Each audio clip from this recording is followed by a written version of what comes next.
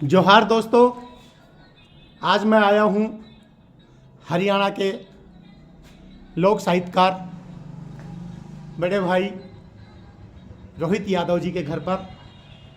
आज उनका जन्मदिन है। रोहित यादव जी महेंद्रगढ़ जिले के सैदपुर गांव के निवासी हैं और पिछले 40 वर्षों से पत्रकारिता और साहित्य साधना कर रहे हैं। आज रोहित भाई साहब का जन्मदिन है। इस उपलक्ष्य में मैं रोहित जी से मिलने के लिए दौसा से सैदपुर गांव अटेली मंडी जिला महेंद्रगढ़ में पधारा हूं और रोहित जी अभी धूप का आनंद ले रहे हैं और अभी मैं इनसे कुछ प्रश्न पुटअप करूंगा छोटे मोटे इनके साहित्यिक बाबत। कब से लिखना शुरू किया और क्या लिख रहे हैं। श्री रोहित जी भाई साहब नमस्कार। नमस्कार भाई जी, नमस्कार राजेंद्र। सबसे पहले तो आपको आज जन्मदिन की हार्दिक बधाई।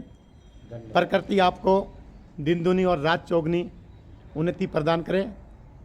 आज मैं आपसे एक स्पेशल रूप से दौसा से चलकर आपके जन्म दिवस के उपलक्ष्य में आपसे मिलने आया हूं और मैं चाहता हूं कि आप अपनी साहित्यिक यात्रा के बारे में कुछ बताएं। जी भाई साहब। भैया ऐसा है कि मेरी साहित्यिक यात्रा तो कहाँ से शुरू होती है। मैं तो मूल रूप में एक पत्रकार हूँ। जी बिल्कुल, आप पत्रकार हैं।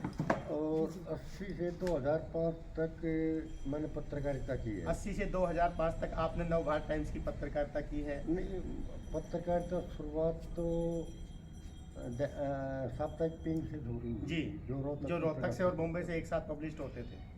उसके बाद वो यात्रा चलती ट्रिब्यून पाई, ट्रिब्यून से नवभारत टाइम्स पाई जी। और नवभारत टाइम्स में अंत में 2005 में मैंने बंद कर। नवभारत टाइम्स में जब मैं बच्चा था 10वीं 11वीं में पढ़ रहा था तब नवभारत टाइम्स में आपके चाकी पर, चूल्हे पर, ग्रामीण क्षेत्र से जुड़ी हुई विविध सामग्री पर आपके आर्टिकल, लंबे लेख प्रकाशित होते थे। उनको मैं पढ़ता था। तब मुझे नहीं पता था कि आप भी मेरे पड़ोस के गांव के ही हैं और मेरे बड़े भाई हैं। आपसे मेरी पहली मुलाकात मेरी पुस्तक लोकार्पण पर 2006 में हुई थी। जी जी जी, याद है जी, याद है, याद आप है। दौसा पधारे थे, डॉक्टर मानव जी, लाल जी और आप, तब मेरी मुलाकात।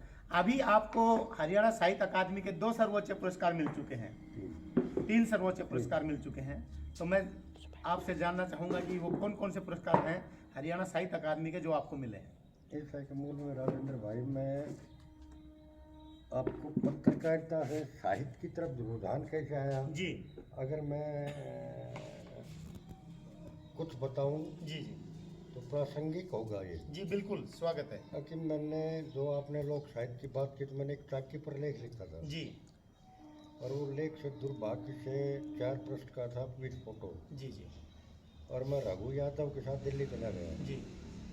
तो दिल्ली गया था तो मैंने सोचा कि इसको डेस्क पर दे ही दूँ। हाँ जी बिल्कुल। तो मैं वो राइटर लेके डेस्क पर चला गया। जी तो वहाँ मेहरुद्दीन खां और ये बैठे हुए थे हरियाणा डेस्क पर। मैं कभी गया नहीं था। जी और जब वो राइटअप दिया तो उन्होंने देखा, देख दूख कर उसने उठा के डाल दिया। भाई कर क्या रहा है, मैं अटेली से आया हूँ, इतना काट का आया हूँ, पैसे खर्च करके आया हूँ। जी वो मेरी थोड़ी नोक झोंक हो गई कि मैं एक देशी आदमी हूँ, बिल्कुल बिल्कुल। खेत खलिहान का आदमी हूँ। जी बोले तुम तो अपने इलाके के राजा हो, पता ना क्या क्या बकरे लग गए। जी इतनी देर में उधर से एक सज्जन पुरुष गुजर रहे थे। जी कंधे पे टॉवल था, जी तिलक था, धोती थी नीचे। जी उसने पूछा, अरे बोले क्या हो रहा है ये? बोल जी स्टिंगर आया अपना अटेली सर, बकवास कर रहा है। अच्छा। तो उसने कुछ नहीं कहा, उसने इशारा किया मेरी तरफ इधर आ गया। जी मैं उनके पीछे पीछे हो लिया और जब उसके केबिन की तरफ गया तो मेरी प्लेट देखी डॉक्टर विद्यानिवास मिश्र। विद्यानिवास मिश्र जी बहुत बड़े नाम तो थे। मुझे समझ में आया कि संपादक जी के हाथ उलझ गया। बैठाया कुर्सी पे, बोल बेटी क्या बात थी? उनकी बात तो कुछ नहीं थी। मैं ये सोच रहा था कि डॉक्टर विद्यानिवास मिश्र पता नहीं चाकी को जानते होंगे नहीं। जी मुझे मैं एक चाकी पर लेके आया था। वो बोलो चाकी से तो इतने बड़े हुए हैं हम उस आटे से। जी फिर क्या हुआ? तो उन्होंने ठाई को रत्ती की टोकरी में डाल दी। उन्होंने घंटी बजाई, बुलाया, बोले वो लेख कहाँ है? वो तो ट्रे में है। बोले क्या? वो वो लेके आए, उसने एक साथ में 4 पढ़े, जी और पढ़ के बोलो तुमने वहाँ टाइम पास में क्या प्रॉब्लम है, ये सबसे अच्छा राइटर है, ये आज ही जाना समझे। जी और उन चलते टाइम मुझे कहा था कि बेटे ये राइटर सीधे मेरे नाम में दिया करो, हाँ, और ये संपादकीय पुस्तक को ये काल देंगे, काल जाइए बिल्कुल आने वाली पीढ़ियों के लिए दस्तावेज होगा। जी सबसे बिल्कुल। मैं आपसे प्रभावित होते ही होकर के ही मैंने, मेरी ये पुस्तक है पत्थर बोलते हैं, इसमें मैंने कहूँगा चाकी पे भी लिखा है पत्थर बोलते हैं। अभी मैंने देखा है, मुझे खुशी इस बात की हुई जी कि जो यज्ञ कह लो या यज्ञ कह लो, जी जो मैंने चलाया उसी पे आप चल पड़े हो। जी बिल्कुल। मैंने ये और पुस्तक आप मेरी ये पूरी बहुत उसी पे गजब लिखी की हुई है पुस्तक है, और इसके लिए बहुत जी। बहुत मैं चाहूँगा बधाई। कि आप इसकी समीक्षा देंगे मुझे। बहुत इसके बहुत साथ ही बहुत धन्यवाद बहुत सर। इसके साथ ही मैं आपसे जानना चाहूँगा कि हरियाणा साहित्य से जो आपको 3 पुरस्कार मिले हैं वो कौन कौन से मिले? अब बताऊँ, जी मुझे 2007 में हिंदी पत्रकारिता का बाबू बाल मुकुंद पुरस्कार मिला। जी बिल्कुल बाबूलाल मुकुंद जी इन दिनों हरियाणा के कांग्रेस की सरकार की जी उठाकर जी जी मुझे 3 बार इग्नोर किया गया, अंत से चौथी बार देना पड़ा मुझे। साहित्य अकादमी ने 3 बार आपको नकार दिया। जो पत्रकार हेलीकॉप्टर में मुख्यमंत्री के साथ चलते हैं, उनको उनको मिलेगा, मिलना देहात में बैठे देहात में बैठे कौन व्यक्ति को देगा? कौन देगा? बिल्कुल लेकिन अंततः जो कमेटी थी, उन कमेटी ने फैसला किया, उठा साहब से कहा जी अब ये बच्चा 3 बार फाइट कर चुका है जी। तो कुछ दे दो, लेकिन इसे पुरस्कार को 2 भागों में बांट दो। हम्म। बाबू बाल मुकुंद साहित्य, बाबू बाल मुकुंद हिंदी पत्रकारिता, दोनों में कर दिया, वो राशि को बांट दिया। राशि को बांट दिया। एक पुरस्कार के 2 पुरस्कार कर दिए। हाँ, एक तो चलो, पत्रकारिता वो में मिल एक गया। साहित्य में कर दिया हिंदी पत्रकारिता जी। का हिंदी पत्रकारिता में आपको 2014 में मुझे मिला महाकवि सूरदास सम्मान। जी 2021 में मुझे साहित्य अकेडमी ने दिया लाइफ टाइम आजीवन साहित्य साधना सम्मान, आजीवन साहित्य जो साथ सर्वोच्च सम्मान है हरियाणा हरियाणा का। साहित्य अकादमी का। और मैं इसमें एक बात कहना चाहूँगा राजेंद्र जी, जी ये जो अहिरवाल है ना, दक्षिणी हरियाणा है, जी बिल्कुल ज्वाइंट पंजाब से लेकर टिल आज तक जी मेरे किसी भी साथी, किसी भी बेटे, किसी भी इस इलाके के पुत्र को इन पुरस्कारों से वंचित रखा गया है। बिल्कुल रखा गया। यानी साहित्य में भी सौतेला व्यवहार दक्षिणी हर हरियाणा जगह उपेक्षा रही है इस इलाके की। मैं पहला व्यक्ति हूँ जो ये तीनों पुरस्कार उधर से मिल रहा है। ले गया। ये सबसे बड़ी खुशी है। अब तो ये मिथक टूट गया, अब तो खर मिलने लगे, बिल्कुल मिलने लेकिन लगे। हमने तोड़ दिया। जी मैं चाहता हूं कि आप ये बताएं कि आपकी अभी तक कितनी पुस्तकें विभिन्न विधाओं पर प्रकाशित हो चुकी हैं?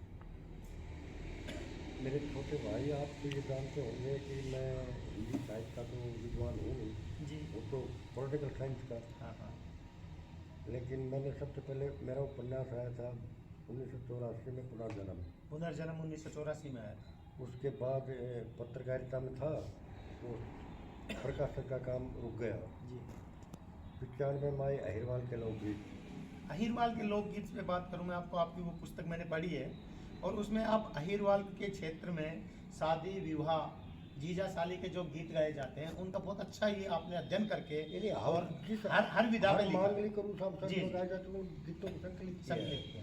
वो उस पे संपादित है मेरे को। उस पे कवर पेज पे जहाँ तक है मुझे लगता है कि शीला भाभी जी की फोटो है, बहुत अच्छी ही मार्मिक फोटो है। वो यात्रा चलती हुई, उसके बाद पशु पक्षी जीव जंतु पेड़ पौधे, इन पर दोहे आए हैं आप। मैंने दोहे निबंध में कोई चीज़ नहीं छोड़ी जिस पर मैंने नहीं लिखा हो। जी और बिल्कुल वो राइटअप दैनिक अखबारों में नहीं छपे हों, जी उन्हीं अखबारों से वो संकलित करके मैंने किताबों का रूप बिल्कुल दिया है। बिल्कुल। और इसके चलते 60 किताबें मेरी प्रकाशित है, 60 के पुस्तकें पब्लिश हो चुकी हैं। पब्लिश हो चुकी हैं। आपकी एक पुस्तक पढ़ी थी मैंने, सैनिकों की कहानियाँ, जी जिसमें आपने अहिरवाल क्षेत्र के जो सैनिक हैं 1962 में रेंजांगला में जो युद्ध हुआ था उस पर भी आपने उस पर लिखा है। बहुत अच्छी पुस्तक है वो और बच्चों के लिए प्रेरणादायक पुस्तक है। वो राजेंद्र जी, मेरे दिमाग में ये था कि हम फौजियों को यहाँ बोल देते हैं आम बोलचाल के बाद, फौजी फूल है। फौजी फूल। उनको नहीं पता कि इनकी ताकत से हम यहाँ सेव हैं। जी ये बिल्कुल border पे बिल्कुल, बैठे हैं। ये बॉर्डर पे बैठे हैं। तो मेरे को हम- पीड़ा थी, दिल में थी, एक फौजी के परिवार को यहाँ क्या क्या सहन करना पड़ता है।